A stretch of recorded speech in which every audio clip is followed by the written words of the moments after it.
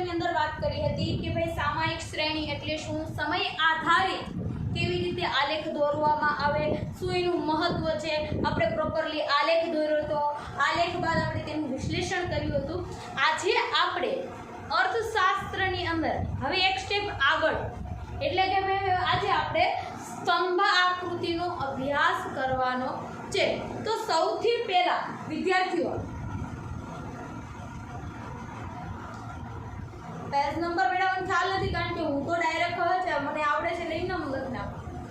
ચલો તમારે 4 page number, કારણ કે હું તો ડાયરેક્ટ બુકમાંથી નથી લખતી, હું મારી રીતે તમે જોઈ શકો છો. એટલે તમે તમારી જાતે બુક જોઈજો, મારી પાસે બુક બી નથી. Okay done.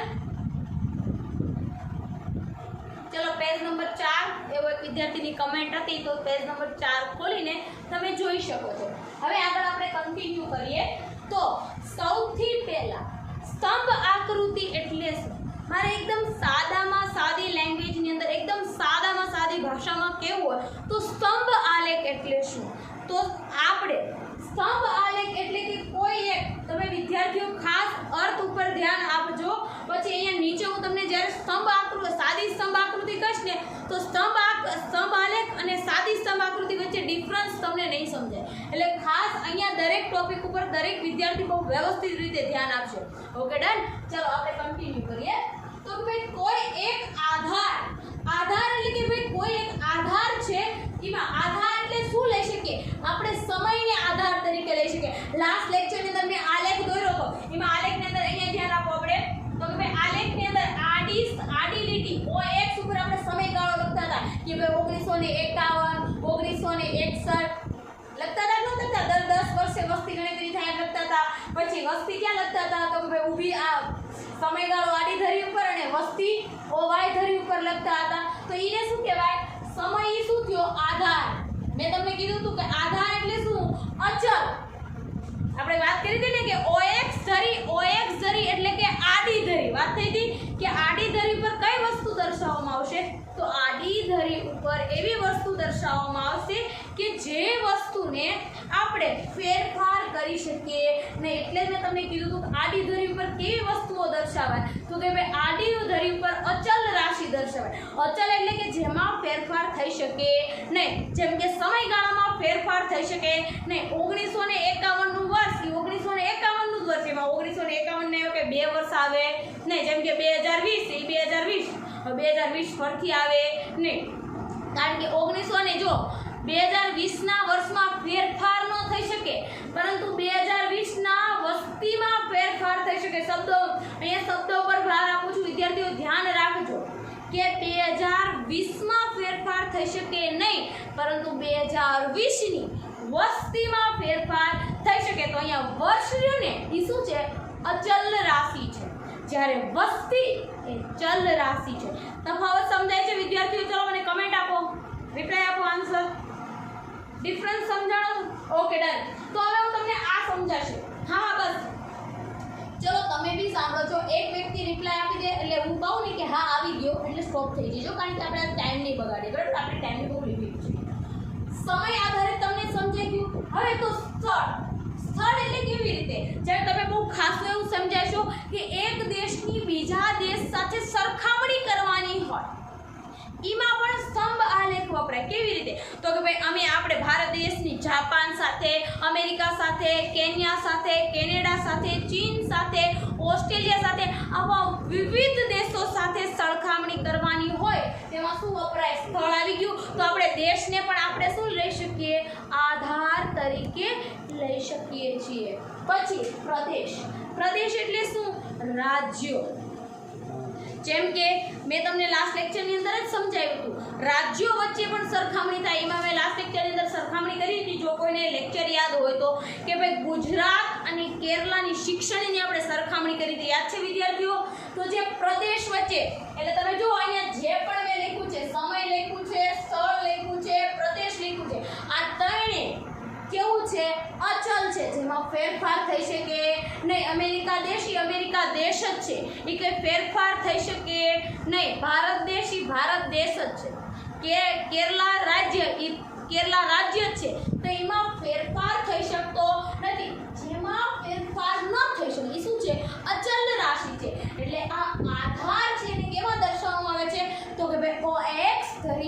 દર્શાવવામાં આવે છે.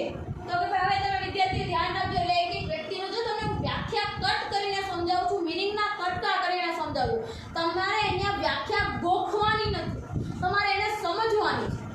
કારણ કે લાઈફની અંદર તમે જેટલું સમજાશો ને, જેટલું તમે નોલેજ ગેઇન કર્યું છે ને, લાઈફ ટાઈમ તમને કામ લાગશે. Okay done. એટલે તમે પોતાના એજ્યુકેશનને જ્ઞાનમાં ફોકસ કરજો, ગોખવા પર ફોકસ ન કરતા, મહેરબાની. Okay done. તો કે આધાર છે તેમાં સમય, સ્થળ અને પ્રદેશ ઉપર, જેમ કે અહીંયા જો આડી ધરી ઉપર હું શું દર્શાવી શકું, તો કે ભાઈ અહીંયા હું શું દર્શાવી શકું, તો કે ભાઈ આડી ધરી ઉપર હું દેશ દર્શાવી શકું. પછી અહીંયા હું સમયગાળો દર્શાવી શકું. મારે વસ્તી દર્શાવી 1951 ની વસ્તી, 1961 ની વસ્તી, 71 ની વસ્તી, તો હું સમયગાળો દર્શાવી શકું.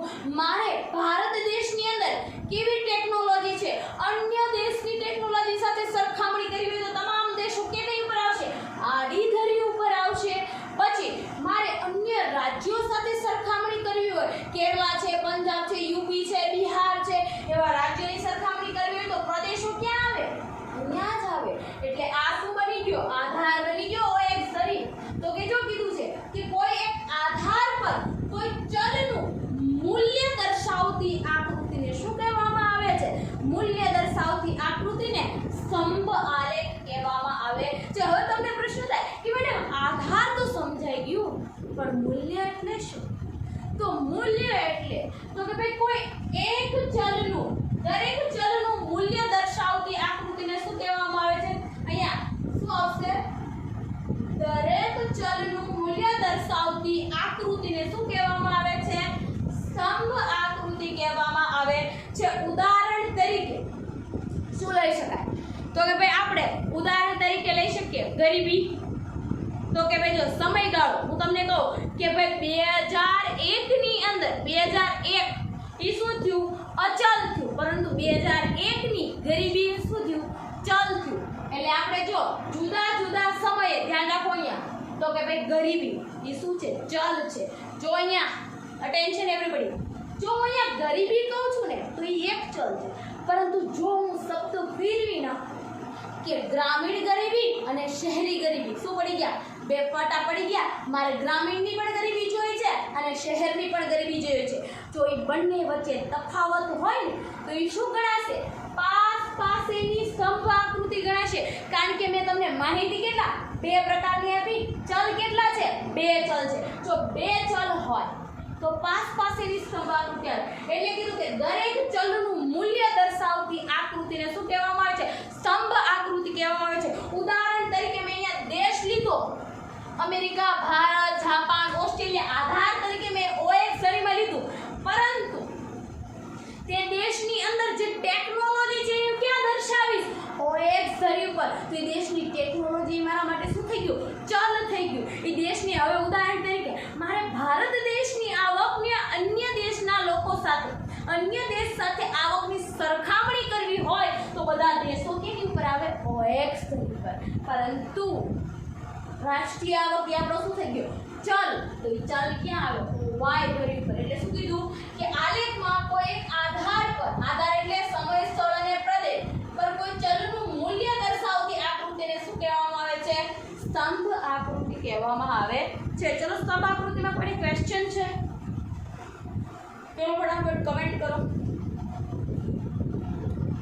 હે? મૂલ્ય. હા, વેરી ગુડ. મૂલ્ય એટલે શું? મૂલ્ય એટલે એનું મહત્વ, એની શું છે મૂલ્ય, કિંમત. હવે ઉદાહરણ તરીકે એનું કેટલું મૂલ્ય છે હવે હું અહીંયા દર્શાવું કે ભાઈ ભારત દેશ છે એની રાષ્ટ્રીય આવક, ફોર એક્ઝામ્પલ આપું છું કે ભાઈ ભારત દેશની આવક માની લો કે 500 કરોડની છે અને એ જ સાથે અમેરિકા દેશની આવક તો કે ભાઈ 5000 કરોડની છે. તો હવે તમે મને અહીંયા સમજાવો કે ભારત દેશનું મૂલ્ય વધુ છે કે અમેરિકા દેશનું મૂલ્ય વધુ છે? ચલો કમેન્ટ કરો. Very good. અમેરિકાનું મૂલ્ય વધુ છે તો અહીંયા હું OY ધરી પર શું આવક દર્શાવીશ? તો OY. બસ કમેન્ટ ના કરો, ચલો રિપ્લાય આપો. તમારે બોલવાનું નથી, અહીંયા ધ્યાન રાખવાનું છે. કોણ બોલે છે?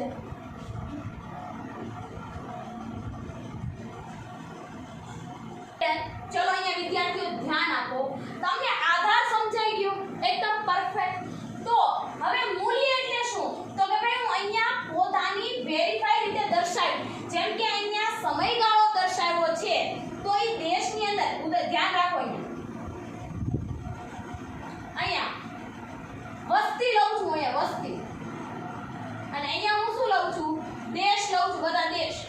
અહીંયા ભારત લઉં, અહીંયા હું અમેરિકા લઉં છું, અહીંયા હું જાપાન લઉં છું.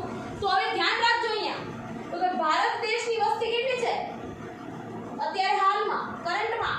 તો કે ભાઈ અત્યારે એક્ઝામ્પલ જ દેતું કે ભાઈ વસ્તી 2011 ના આંકડા પ્રમાણે કેટલી છે? 121 કરોડની વસ્તી છે. જ્યારે અમેરિકાની વસ્તી તો કે ભાઈ ભારત દેશ કરતા ઓછી છે. પછી જાપાનની વસ્તી તો કે ભાઈ અમેરિકા કરતા પણ ઓછી છે. તો આને જે મૂલ્ય દર્શાવ્યું ને આને મૂલ્ય કહેવાય કે ભાઈ જો અહીંયા ભારત કરતા અમેરિકાની ઓછી છે, અમેરિકા કરતા જાપાનની ઓછી. જો સરખામણી કર્યું દેખાય છે અહીંયા મેં મૂલ્ય દર્શાવ્યું કે ભાઈ 121 કરોડ એ ઇન્ડિયાની પોપ્યુલેશન છે. તો આ શું થયું? મેં મૂલ્ય દર્શાવ્યું કહેવાય. સમજાણું? હવે વિદ્યાર્થીઓ કમેન્ટ કરો એટલે ખ્યાલ આવે. Okay done. જેનો ક્વેશ્ચન હતો એનો રિપ્લાય આવવો પડે.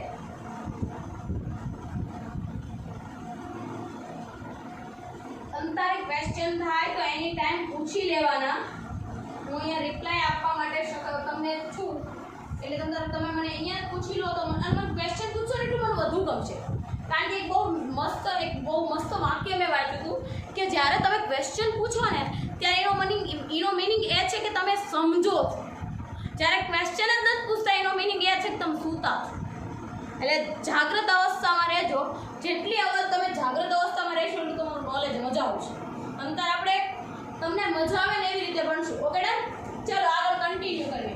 અહીંયા સુધી સમજાઈ ગયું? જો અહીંયા જુદા હવે જે મૂલ્યવાળા છે ને બીજી વાર ધ્યાન આપજો. જો સમજાવજો. જુદા દેશોમાં ગરીબી સમય શું થઈ ગયો? આધાર થઈ ગયો. કારણ કે સમયમાં કોઈ ફેરફાર થાય નહીં, પરંતુ એ દેશની અંદર ગરીબી કેવી અલગ અલગ હોય. તો એ શું કર્યું કહેવાય? ગરીબીએ પોતાનું મૂલ્ય દેખાડ્યું કહેવાય. કે આપણે જ્યારે તમે વિચાર કરો જ્યારે 1947ની અંદર આપણો દેશ આઝાદ થયો હતો ત્યારે ગરીબીનું પ્રમાણ અને અત્યારે ગરીબીનું પ્રમાણ સરખું છે? કમેન્ટ કરો. નથી. તો એ શું દર્શાવ્યું કહેવાય? મૂલ્ય દર્શાવ્યું કહેવાય. Okay done. ચલો આગળ. હવે એવી જ રીતે છે કે કઈ દેશની અંદર ગરીબી છે, સાક્ષરતા છે, રાષ્ટ્રીય આવક વૃદ્ધિ દર છે. હવે તમે જો રાષ્ટ્રીય આવક, હું અહીંયા એમ કહું કે ભાઈ ભારત દેશની રાષ્ટ્રીય આવકમાં વૃદ્ધિ દરમાં આટલો વધારો થયો, જાપાનની રાષ્ટ્રીય આવકમાં વૃદ્ધિ દરમાં આટલો વધારો થયો, અમેરિકાની રાષ્ટ્રીય આવકમાં વૃદ્ધિ દરમાં આટલો વધારો થયો. તો દરેક દેશે પોતાનું સ્તંભ દ્વારા મૂલ્ય દર્શાવ્યું કે ન દર્શાવ્યું? એટલે અહીંયા જે બાબત ઓવાય ધરી પર દર્શાવવામાં આવે એ શું દર્શાવે છે? દરેક સ્તંભ પોતાનું મૂલ્ય દર્શાવે છે. આગળ હું તમને સ્તંભ આલેખની અંદર સમજાવી શકતે. ઓકે ચલો હવે આપણો બીજો ટોપિક છે તો ભાઈ એક ટોપિકની અંદર આગળ તો ભાઈ સ્તંભ આકૃતિની અંદર ઊભા કે આડા સ્તંભ દર્શાવાય છે. બહુ મસ્ત વાત છે. ભાઈઓને તો વધુ સમજાય છે. કેવી રીતે? તો તમને એ તો ખબર હશે કે ભાઈ સ્તંભની અંદર આવી રીતે આપણે આલેખ દ્વારા ઊભા સ્તંભ દોરીને તો સમજાવી છે, પરંતુ તમને એમ થાય મેડમ આડા સ્તંભ કઈ રીતે? તો તમે જો ક્રિકેટ જોતા હોય ને તો તમને ખબર છે કે ભાઈ દરેક ક્રિકેટરની જે ઓવર હોય એ એક ઓવરની અંદર કેટલા રન કરે છે ને ક્રિકેટની અંદર આડો સ્તંભ વપરાય છે. ધ્યાન રાખજો. જેમ કે પહેલી ઓવરમાં આટલા રન કર્યા, બીજી ઓવરમાં આટલા, આવી રીતે સ્તંભ આલેખ હોય છે ક્રિકેટમાં. કમેન્ટ કરો. ચલો ભાઈઓને બધું ખબર હશે. હોય છે ને? Okay done. હા બસ. ઓકે હા એવરેજ આપેલી હોય છે. હા એ જ હું તમે જોયું છે કે નથી જોયું? મને ક્રિકેટમાં ઇન્ટરેસ્ટ નથી બટ મેં જોયેલું છે. ઓકે ચલો એટલે હવે સ્તંભને આપણે ઊભા કે આડા દ્વારા દર્શાવી કે ન દર્શાવી?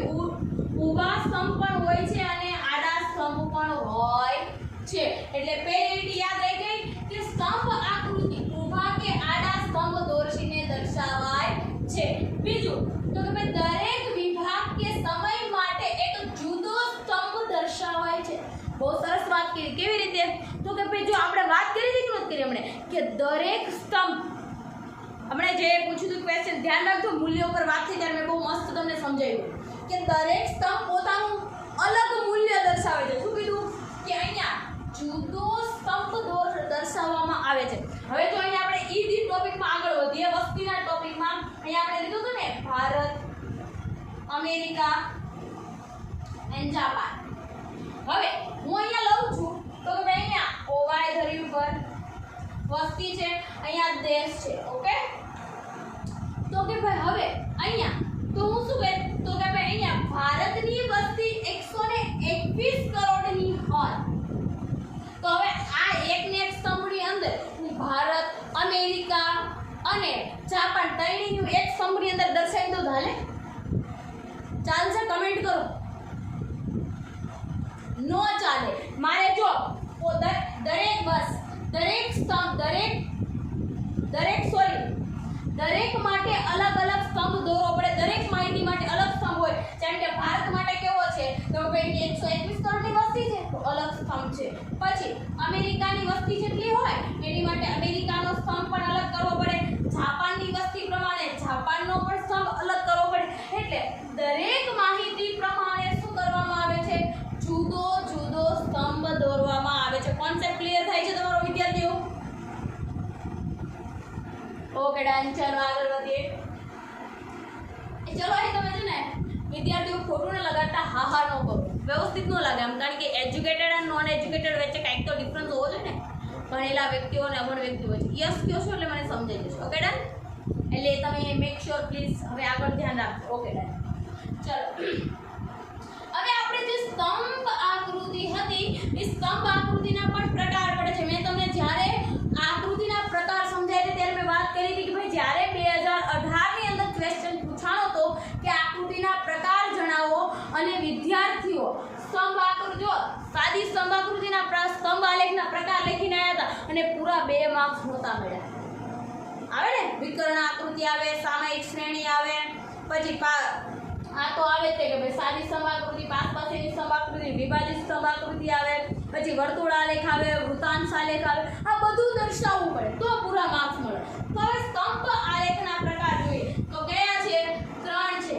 એક સાદી સ્તંભ આકૃતિ, સોરી એક ટોપિક રહી ગયો કે ભાઈ ચલના મૂલ્યને વિવિધ વિભાગો કે સમયગાળા વચ્ચે આપણે શું કરી શકાય છે?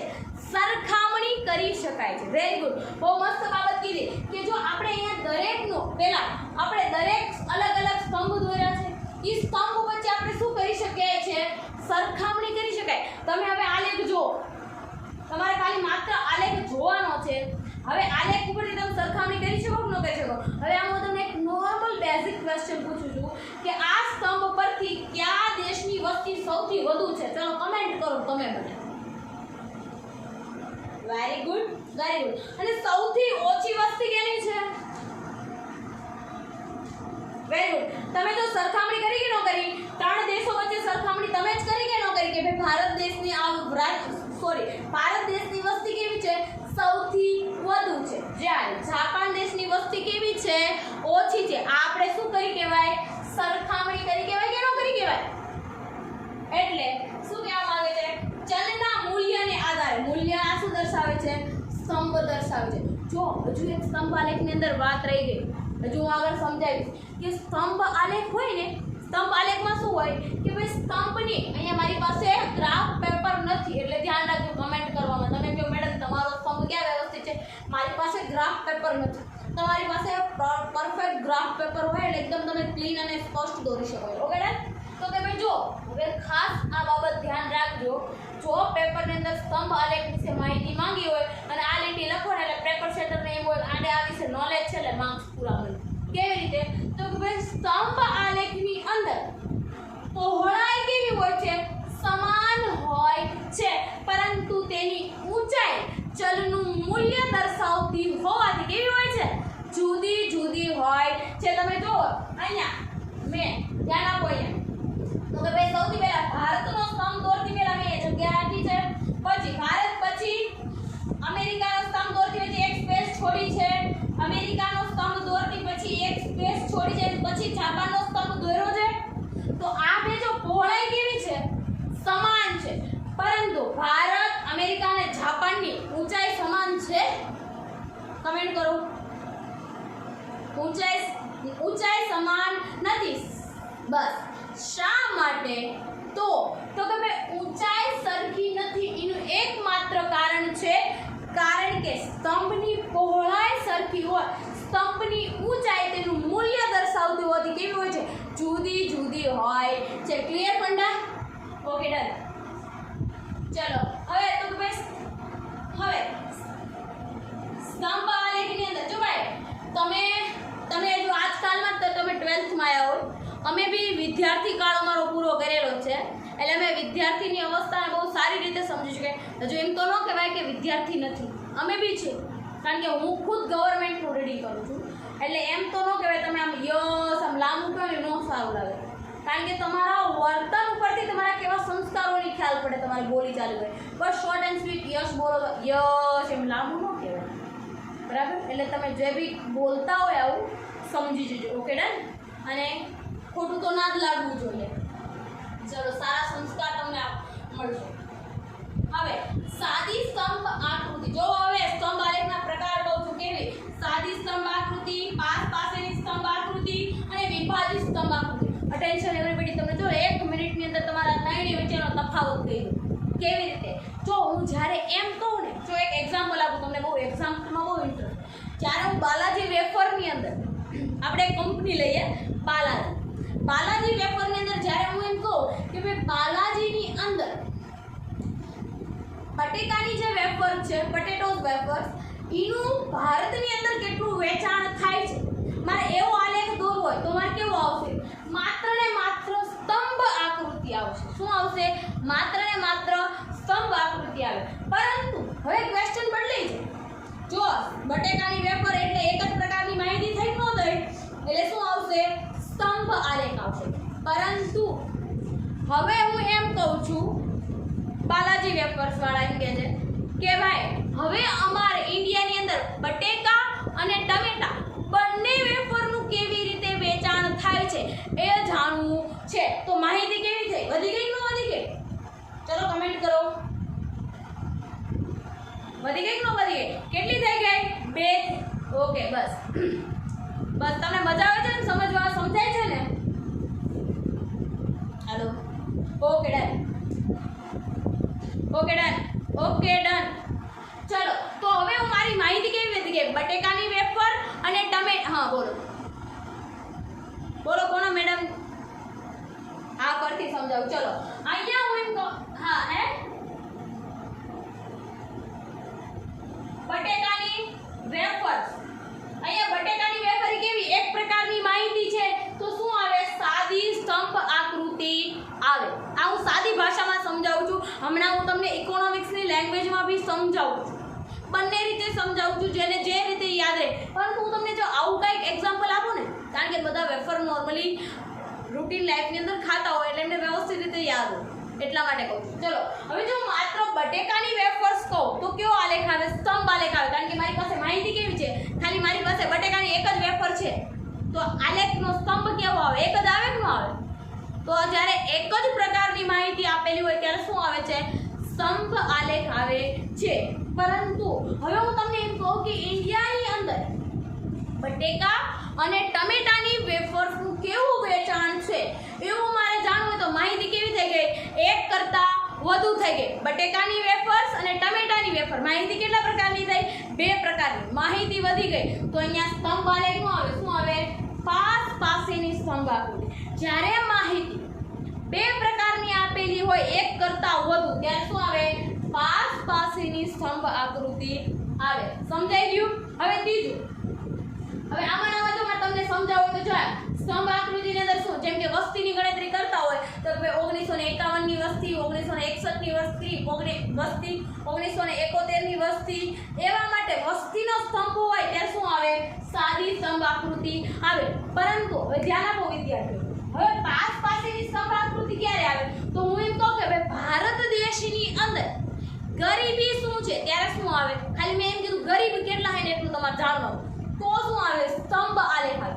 પરંતુ અત્યારે હું હવે એમ કહી દઉં કે ભાઈ ભારત દેશની અંદર શહેરોમાં કેટલા ગરીબ છે અને ગામડામાં કેટલા ગરીબ છે, બંને માહિતી કેવી વધી ગઈ કે ન વધી ગઈ? મારે ગામડાના બી અલગ શોધવાના છે અને સિટીના બી અલગ શોધવાના છે. જ્યારે આવી માહિતી આપેલી હોય ત્યારે શું આવે? પાસેની સ્તંભ આકૃતિ આવે છે. સમજાઈ ગયું વિદ્યાર્થીઓ?